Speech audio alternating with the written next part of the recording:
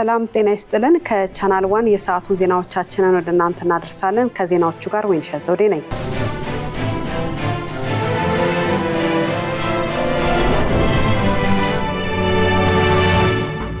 ፕሬዝዳንት ታዬ አጽቀሥላሴ ለ1447ኛው ኢድ አል አድሃ በዓል የእንኳን አደረሳችሁ መልእክት አስተላለፉ።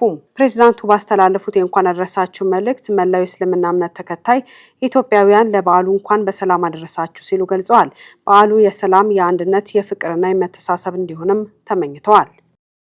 በቀድሞ የኬንያ ፕሬዝዳንት ኡሁሩ ኬንያታ የሚመራው የአፍሪካ ህብረት የምርጫ ታዛቢዎች ቡድን በመጪው ሰኞ ግንቦት 24 ቀን 2018 ዓ.ም የሚካሄደውን ሰባተኛውን የኢትዮጵያ አጠቃላይ ምርጫ ለመታዘብ በትናንትናው ዕለት አዲስ አበባ ገብቷል። 73 አባላት ያሉት የምርጫ ታዛቢ ቡድኑ ከ37 ሀገራት የተውጣጡ የቡድኑ አባላት የመጀመሪያ ደረጃ ሪፖርታቸውን ከድምጽ መስጫው ቀን 2 ቀናት በኋላ አጠቃላይ ሪፖርቱን ደግሞ ከ2 ወራት በኋላ ይፋ እንደሚያደርጉ ይጠበቃል። በሌላ በኩል የፖለቲካ ፓርቲዎች የምርጫ ቅስቀሳውን በነገው ዕለት እንዲያጠናቅቁ የኢትዮጵያ ብሔራዊ ምርጫ ቦርድ ዋና ሰብሳቢ ሜላትወርቅ ኃይሉ አሳስበዋል።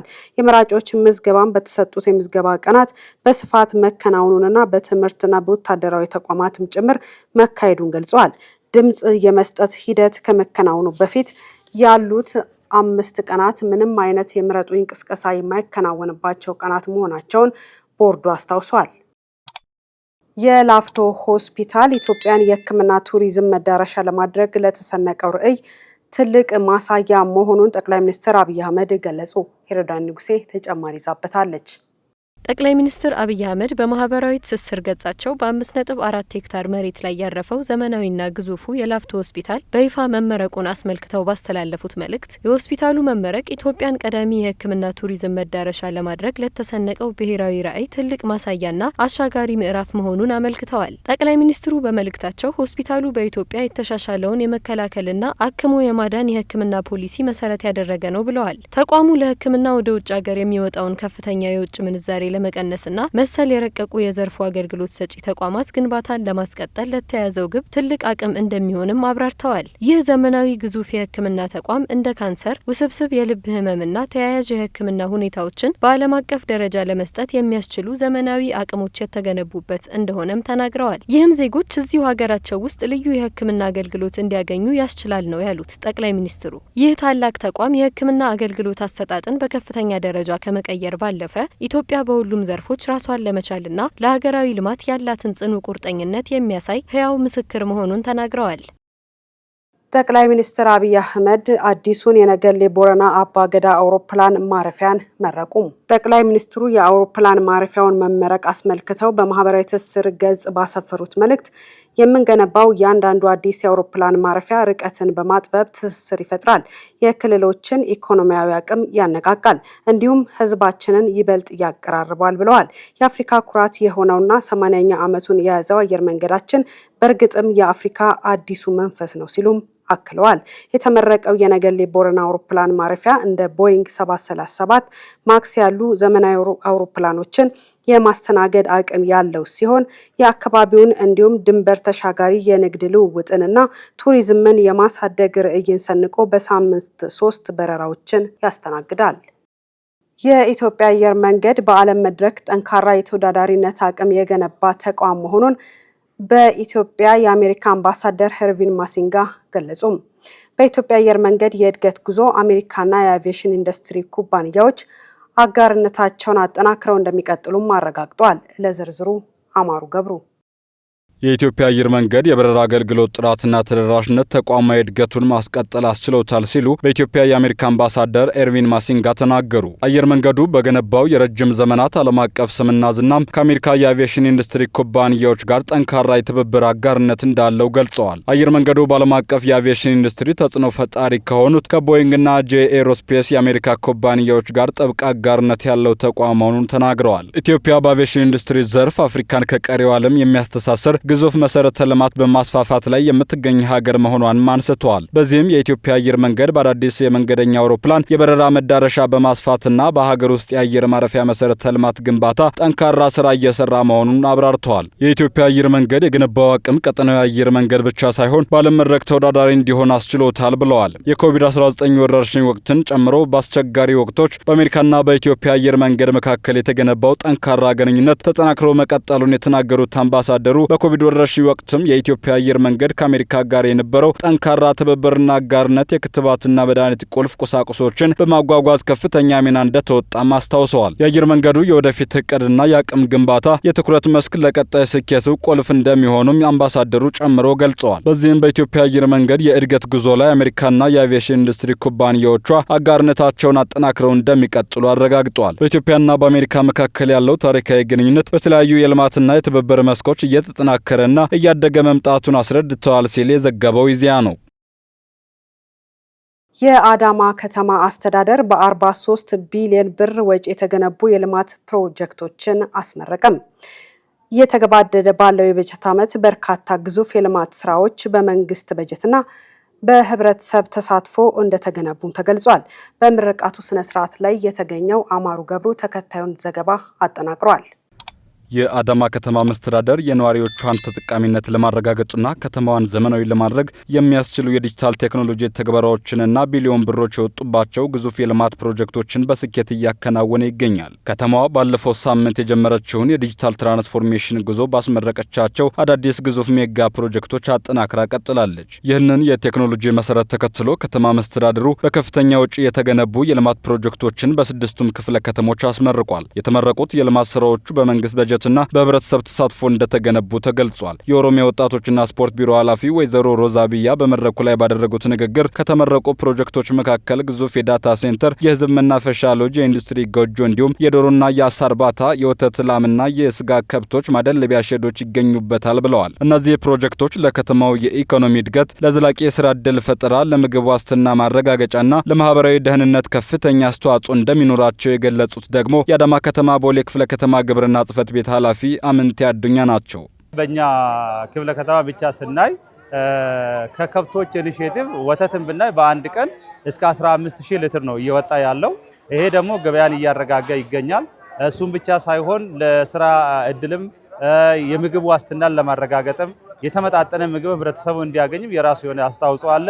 እሱም ብቻ ሳይሆን በጎጆ ኢንዱስትሪም የሚወጡ ዱቄት ይወጣል፣ ዘይት ይወጣል፣ የተለያዩ ምርቶች ይወጣሉ። ይሄ ሁሉ ወደ ከተማ ስለሚገቡ ለህብረተሰቡ ጥቅም የሚውሉ ናቸው ማለት ይቻላል ማለት ነው። በተለይ የዳታ ሴንተሩ ለዘመናዊ አገልግሎት መሰረት ሲሆን የግብርና ፕሮጀክቶቹ ደግሞ የከተማዋን የምግብ ፍላጎት በራስ የመቻል አቅም ያጎለብታሉ ተብሎ ይጠበቃል። የአዳማ ከተማ መስተዳደር በቀጣይ በጀት ዓመትም ተመሳሳይ የልማት ፕሮጀክቶችን በማስፋፋት ከተማዋን የተሻለችና ተመራጭ ለማድረግ እንደሚሰራ አስታውቋል። በአጠቃላይ አዳማ ከተማ በዲጂታል ትራንስፎርሜሽንና በግዙፍ የልማት ፕሮጀክቶች ወደ ዘመናዊና ቀልጣፋ አስተዳደር እየተጓዘች መሆኑ ተመላክቷል። የኢትዮጵያ ንግድ ባንክ በሀገሪቱ ቀዳሚና ተወዳጅ የፋይናንስ አገልግሎት ብራንድ መሆኑ ተገለጸ። የአፍሪካ መለያ ድርጅት ብራንድ አፍሪካ በአዲስ አበባ በሚገኘው የአፍሪካ ኢኮኖሚክ ኮሚሽን አዳራሽ ባዘጋጀው ልዩ መርሃ ግብር ላይ ውጤቱን ይፋ አድርጓል። ጥናቱን ያካሄደው ብራንድ አፍሪካ ከአፍሪካ ቢዝነስ መጽሔትና ከተባበሩት መንግስታት የአፍሪካ ኢኮኖሚክ ኮሚሽን ጋር በመተባበር ሲሆን በ30 የአፍሪካ ሀገራት ውስጥ ከ85 በመቶ በላይ የሚሆነውን የአህጉሪቱን ህዝብና የኢኮኖሚ እንቅስቃሴ እየሸፈነ ነው። በጥናቱ ውጤት መሰረት የኢትዮጵያ ንግድ ባንክ በሸማቾች ዘንድ ያለው ጠንካራ ተቀባይነት፣ የህዝብ እምነትና የፋይናንስ መሪነት ለዚህ ሽልማት ብቁ መሆኑ ተጠቁሟል። ከ16 ዓመታት በላይ ልምድ ላካበተው ብራንድ አፍሪካ የዓመታዊ የአፍሪካ ምርጥ ምልክቶች አፍሪካስ ቤስት ብራንድስ ሽልማት ሲሆን ተቋሙ የአፍሪካን ተወዳዳሪነት ለማሳደግና አፍሪካን በምልክት ወይም ብራንድ መር ህዳሴ ለማነሳሳት ይሰራል።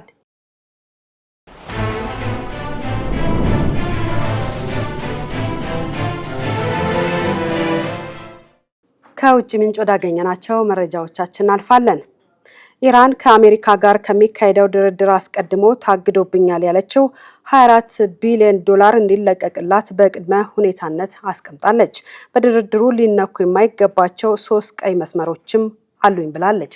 ጸጋኔ ተሰማ በኢራን ፓርላማ አፈ ጉባኤው መሐመድ ቃሊባፍና የማዕከላዊ ባንክ ገዢው አብዶል ናስር ሂማት የተመራ ልዑክ ከአሜሪካ ጋር ሊደረግ ከታሰበው ድርድር አስቀድሞ ከአደራዳሪ ተወካዮች ጋር በካታር ውይይት አድርገዋል። በውይይቱ ኢራን ከጦርነት መቀስቀስ አንስቶ በካታር ታግዶብኛል ያለችው 24 ቢሊዮን ዶላር በአስቸኳይ እንዲለቀቅላት የሚቻልበት መፍትሄ ተነስቷል። በረቂቅ ስምምነቱ መሰረት በጠቅላላው 24 ቢሊዮን ዶላር እንዲለቀቅ የተጠየቀ ሲሆን ቴሄራን ግማሹ ማለትም 12 ቢሊዮን ዶላር የመግባቢያ ስምምነት ተፈረመ በኋላ ወዲያውኑ ቀሪው ደግሞ በ60 ቀናት ውስጥ እንዲሰጣት ጠይቃለች። ለዚህም ጥብቅና ግልጽ የሆነ አሰራር እንዲዘረጋ አሳስባለች። ከዚህ የታገደውን ገንዘቧን ከማስለቀቅ ባለፈ በዚሁ የስምምነት ሰነድ ሊካተቱ የታሰቡና ለድርድር የማይቀርቡ ዋነኛ ቀይ መስመሮች አሉኝ ስትል ቴሄራን አስቀምጣለች። አሜሪካ ከእኔ ጋር በምታደርጋቸው ማናቸውም የድርድር መስፈርቶች የኒውክሌር መርሃ ግብሬን የሚመለከት አንዲት መስመር ነጥብ እንኳን ብትኖር ከስምምነት እንደማንደርስ ልታውቅ ይገባል ብላለች።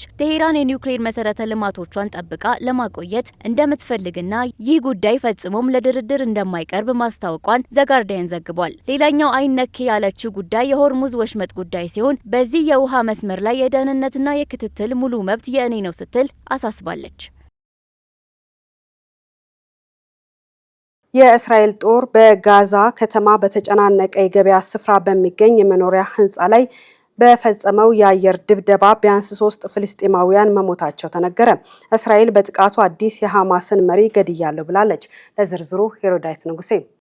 የእስራኤል ጠቅላይ ሚኒስትር ቤንያሚን ኔታንያሁ ቢሮ ቀደም ሲል የእስራኤል ጦር የሐማስን የጦር ክፍል አዛዥ መሐመድ ኦዴህን ኢላማ እንዳደረገ አስታውቋል። ይህም የቀድሞ የጦር አዛዥ በተመሳሳይ ጥቃት ከተገደለ ከጥቂት ቀናት በኋላ የተፈጸመ ነው። ይህ እስራኤል ከሐማስ ጋር የተኩስ አቁም ስምምነት ካደረገች በኋላ በጋዛ የተፈጸመ የቅርብ ጊዜ ከባድ ጥቃት ነው። ኦዴህ በጥቃቱ መገደሉን እስራኤል ይፋ አድርጋለች። የነፍስ አድን ሰራተኞች በስፍራው ሲደርሱ በአካባቢው በደረሰው ከባድ ጉዳትና በነበረው መጨናነቅ ምክንያት ወደ ላይኛው ፎቅ ለመውጣት ተቸግረዋል።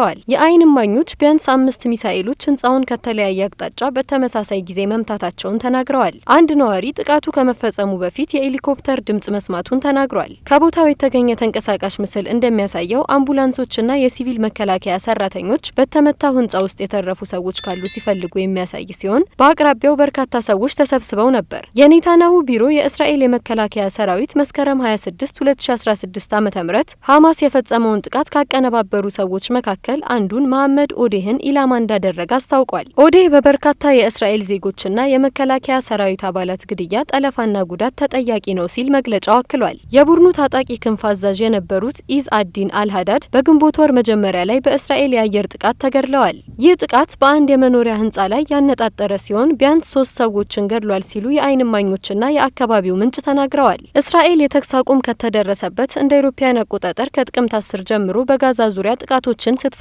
ቆይታለች። ሐማስ እስራኤልን የተኩስ አቁም ስምምነቱን በመጣስና ሲቪሎችን በማጥቃት በተደጋጋሚ ሲከስ ቆይቷል። የጋዛ የጤና ሚኒስቴር በተኩስ አቁም ስምምነቱ ወቅት በእስራኤል በተሰነዘረው ጥቃት ከ800 በላይ ሰዎች መገደላቸውን ይፋ አድርጓል። በተያያዘ ዜና እስራኤል በሊባኖስ በፈጸመችው ጥቃት በርካቶች መገደላቸው ተዘግቧል። በጥቃቱ እስራኤል 100 የሂዝቦላ መሰረተ ልማቶችን አጥቅቻለሁ ብላለች።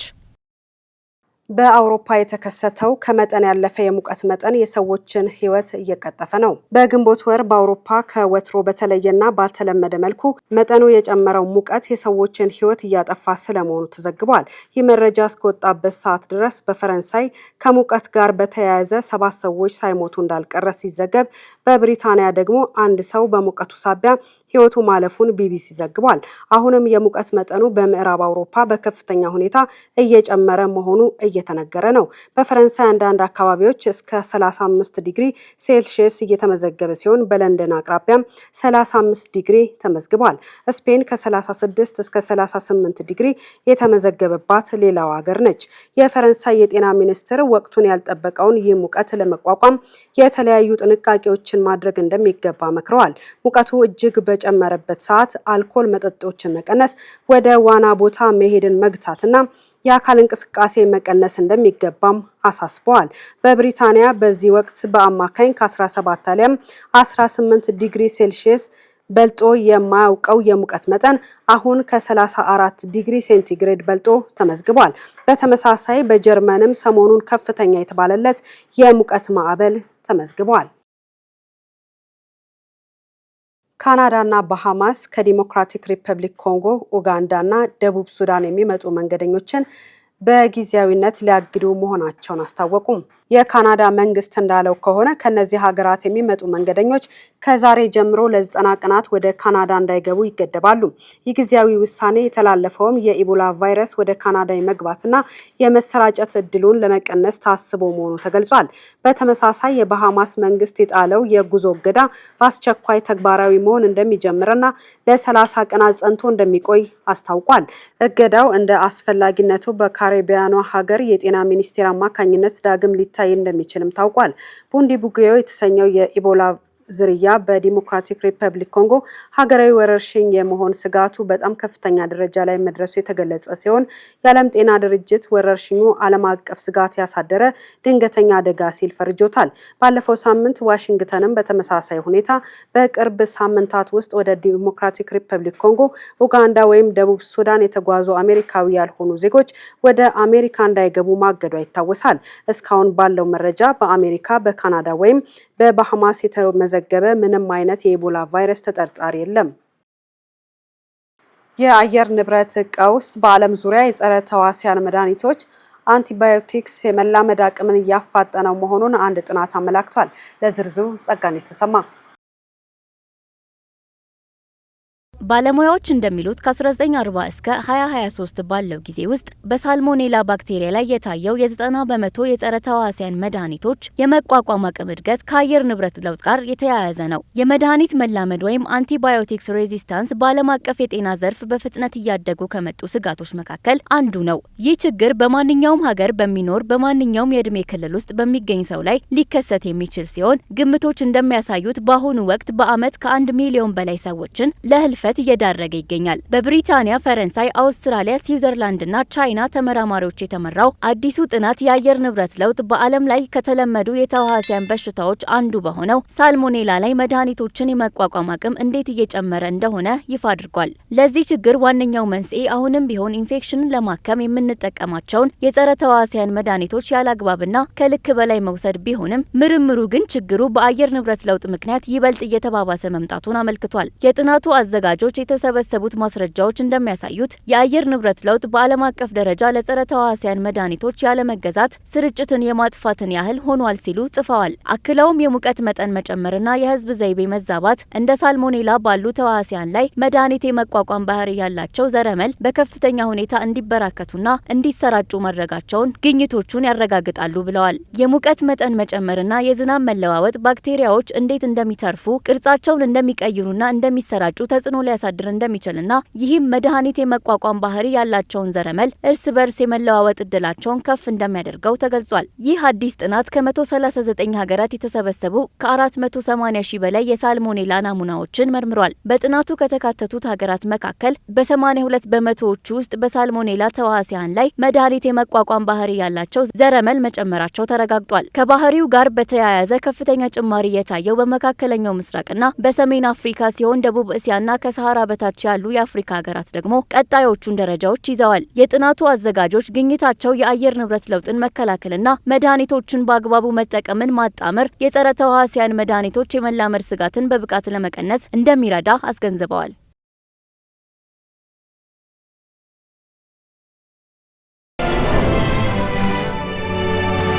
በዛሬው ሳምንቱን በታሪክ ጥንቅራችን በአሜሪካ የሚገኘው ታዋቂው ጎልደን ጌት ድልድይ ለሕዝብ ክፍት ስለሆነበት ቀን እንቃኛለን። ድልድዩ በፈረንጆቹ ግንቦት 27 ቀን 1937 ወይም በኢትዮጵያ አቆጣጠር ግንቦት 19 ቀን 1929 ዓ.ም ልክ በዛሬው ዕለት ለሕዝብ ክፍት ሆኗል። ለዚህ ዝርዝር ዘገባ ሄሮዳይት ንጉሴ። የዛሬው ሳምንቱን በታሪክ የአሜሪካዋን ሳን ፍራንሲስኮ ከማሪን የሚያገናኘውና በዘመኑ የዓለማችን ረጅሙ የተንጠለጠለ ድልድይ ተብሎ ይታወቅ የነበረው ጎልደን ጌት ድልድይ ለሕዝብ ክፍት የሆነበትን ሁነት ሊያስቃኘን 89 ዓመታትን ወደ ኋላ ተጉዟል። የድልድዩ ግንባታ ሀሳብ ከፈረንጆቹ 1872 ጀምሮ ቢነሳም በ1920ዎቹ መጀመሪያ ላይ ህዝባዊ ድጋፍ በማግኘቱ አሜሪካዊው መሐንዲስ ጆሴፍ ስትራውስ እንደ አውሮፓውያን አቆጣጠር በ1921 የመጀመሪያውን እቅድ በማቅረቡ የፕሮጀክቱ ዋና መሐንዲስ ሆኖ ተቀጠረ። የግንባታ ስራውም የኢኮኖሚ ቀውስ ዘመን በነበረው በግሬት ዲፕሬሽን ወቅት በፈረንጆቹ ቀመር ጥር 5 1933 ዓ.ም ተጀመረ። ታዲያ ይህንን 4200 ጫማ ከፍታ ያለውን ሳን ፍራንሲስኮን ከማሪን ጋር የሚለያየውን የጎልደን ጌት ወሽመጥን በድልድይ አስተሳስሮ ሁለቱን ቦታዎች ያገናኛቸውን የስነ ህንጻ ጥበብ ግንባታ ለመስራት ሙያተኞቹ ከባድ የባህር ሞገድ፣ ጭጋግ፣ ንፋስና ከውሃ በታች የድንጋይ ፍንዳታ ያሉ ችግሮችን ተቋቁሞ ግንባታውን ማጠናቀቅ ግድ ብሏቸው ነበር። ይህ ብቻም አይደለም። ድልድዩን ጠንካራ አድርጎ መሰረቱን ለመገንባት ከውሃው ጥልቀት 65 ጫማ ያክል ቆፍረዋል። በዚህም አላበቃም። በግንባታው ሂደት 11 ሰራተኞች ህይወታቸውን ከፍለዋል። ከዚህ ሁሉ 5 ዓመት የፈጀ ልፋት በኋላ ነው በፈረንጆቹ ሜይ 27 1937 ዓ.ም በእኛ ግንቦት 19 ቀን 1929 ዓ.ም ልክ በዛሬው ዕለት ፕሮጀክቱ በስኬት ተጠናቆ ለህዝብ እይታ ክፍት ሆኖ የቀረበው። በድልድዩ የምርቃት ስነ ስርዓትም የእግረኞች ቀን ተብሎ በተዘጋጀው ዝግጅት ከ200,000 በላይ ሰዎች ድልድዩን በእግራቸው ተሻገሩ። ከቀጣዩ ቀን ጀምሮ ደግሞ ለተሽከርካሪዎች ክፍት ሆኖ አገልግሎት መስጠት ጀመረ። የዘመኑም የቴክኖሎጂና ምህንድስና ትልቅ ስኬት ሆኖ ተቆጠረ። የኒውዮርክ ሲቲው ቬራዛኖ ናሮስ ድልድይ እስኪጠናቀቅ ድረስም በዓለም ላይ ረጅሙ ድልድይ ነበር። ዛሬ ላይም ጎልደን ጌት በዓለም ላይ በጣም ከሚታወቁ የስነ ህንጻ ቅርሶች መካከል አንዱ ሆኖ ይጠቀሳል። ከቻናል 1 ለሰዓቱ ያዝናቸው ዜናዎቻችን እነዚህን ይመስላሉ። ዜናውን እየመራው ወይንሸት ዘውዴ አብሬያችሁ ቆይታ አድርጌያለሁ። ጤና ይስጥልኝ።